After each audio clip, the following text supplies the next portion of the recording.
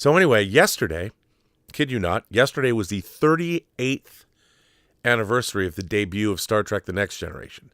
September 28th, 1987 was the debut of Star Trek The Next Generation. Now, it wasn't the same in all locales because Star Trek The Next Generation was syndicated. It was first run dramatic syndication. Normally, syndication was saved for things like talk shows and things like that. And of course, syndication for old shows, sitcoms, and things like that for local stations. But one of the gambles, one of the things that Star Trek The Next Generation did that people forget now, but it changed the face of syndication. First run syndication was for a drama was not something that was really done back then. And Star Trek The Next Generation's success changed that. It was great. And what's interesting about Next Generation is because the things, the color palettes that they chose, if you look at it now, some people might think it looks 80s, but I think it looks sort of out of time. Other things I think look out of time. I think Tron, when you get into the digital world, nothing has ever looked like that before or since. So the original Tron has a really interesting look to it. But Next Generation, especially the remastered version where the blacks are inky black now, and the visual effect shots, which were all shot on film, look amazing. They only had to use a few times. They had to recreate certain shots in CG when the negative was either damaged or they couldn't find it, but that's few and far between in the restoration. But Star Trek The Next Generation and what you're seeing broadcast now are all the remastered versions. So, but it has a really interesting look to it. And I think what's great about Star Trek The Next Generation and what's great about shows like The Twilight Zone and things like that is that they work, they're very political shows. They deal with political issues. But the thing is, the politics within the shows are in-universe politics. So you're not being necessarily beat over the head. Sure, you can say that classic episodes like Let That Be Your Last Battlefield from the original series, when someone's black on one side and white on the other, that's obviously very didactic and preachy.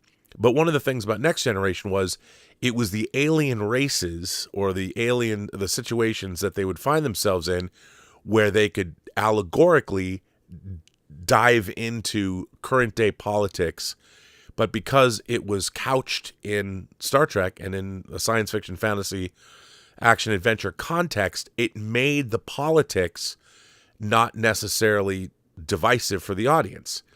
Everybody knew what was going on, but you're able to distance yourself and you can ruminate over the ideas and not say, well, you know, those damn libtard Dems or these MAGA Republicans. It wasn't like that. It presented these ideas. It showed you a scenario. Excuse me. And it allowed you to decide.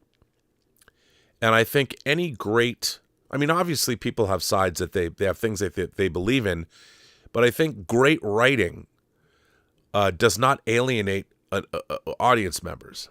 Great writing, especially in a fantasy context, science fiction, fantasy, and even horror context, presents ideas and allows you to mull over those ideas. The old adage, they don't tell you what to think. They tell you what to think about. They present to you scenarios, and you can reject them or you can accept them.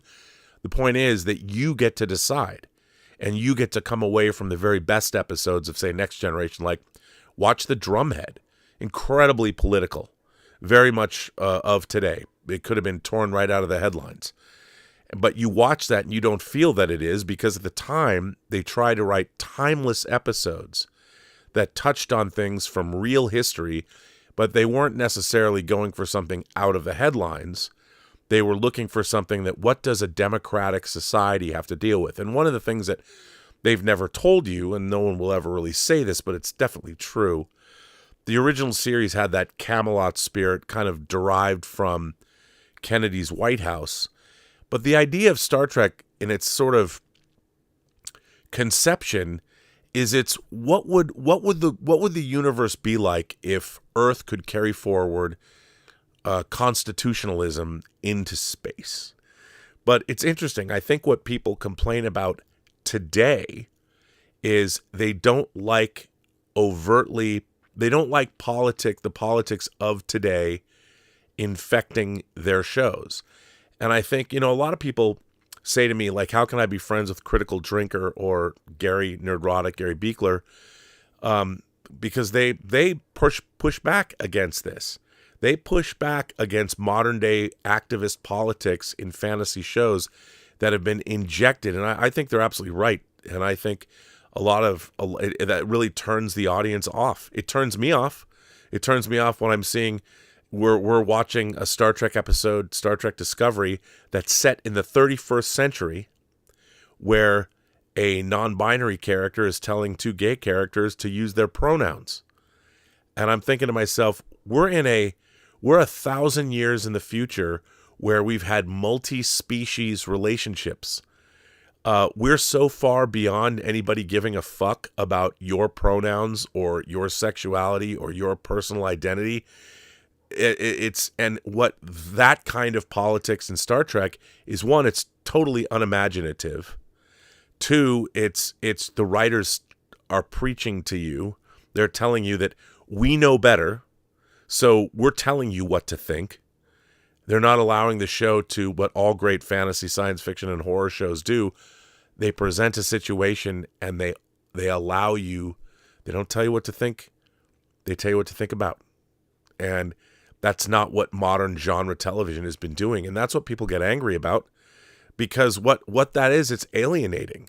You're alienating your audience on a number of levels. Not that, I think the intentions are good. The problem is when you start injecting your politics. Not everybody has your politics. So to expect everybody who's watching your show what you've done, Stacey Abrams being the president of Earth, well, how'd that work for you? When you look at And the Children Shall Lead, nobody remembers who Melvin Belli is anymore, so it's okay. But, Stacey Abrams as the Federation president of Earth, how many boxes were you ticking doing that? And I understand there's a lot of celebrities or there's a lot of politicians or people that love Star Trek that want to be in it, and that's fine. But look, Mick Fleetwood was an alien fish creature. You didn't even know it was Mick Fleetwood. But when you cast Stacey Abrams as the president of the Earth, you're making a statement. And half of your audience doesn't believe in what you're saying, and that becomes immediately alienating. And plus, it takes you out of the reality that the TV show is trying to create. I'm not a political scientist, but I think that every single human being on Earth should be politically aware. And one of the reasons I love great storytelling is because I've received much great insight into politics and religion and human systems, economic systems. But it bothers me when people say, well, I don't want to talk about politics. But great storytelling has politics in it. And I love discussing politics within the context of science fiction, fantasy, and horror. That's one of the reasons I loved The Twilight Zone. It was so thought-provoking. Loved Star Trek The Next Generation because it had a lot of issues. It was even more sometimes issue-oriented than the original series. Even though the original series, Court Martial, maybe that's why I love legal thrillers, because of Court Martial. Alicia Cook, as Elijah Bailey. And he was a lawyer that was presented in an amazing way. You love that guy. And so maybe that's why I love legal thrillers. Everything was instilled in me by Star Trek. It really was. For better or for worse. That's what Star Trek does best. That's what great science fiction, that's what great speculative fiction does. It provides that framework for you. But I think that we shouldn't, especially now. We live in a time where we all need to figure out how our government and how our republic is going to move forward with all of our participation, hopefully looking out for our Constitution. Certainly our military commanders are meeting in Quantico with Pete Hegseth tomorrow. And what's that about? I don't know. But are our military leaders going to be asked to pledge their allegiance to one man or one political party, or they're going to continue to uphold the U.S. Constitution, which is what all of them have sworn to do? And if they are told not to do that, which goes against the very Constitution that provides the world that we live in, what are we going to do? Well, this is when you look to episodes like the Drumhead in Star Trek. hopefully that you can gain some insight there. Or in something like Measure of a Man. That's what Star Trek does best. And the problem is, I think that a lot of people want to put their head in the sand. And the great thing about Star Trek is it allows you to ponder these issues without getting mad.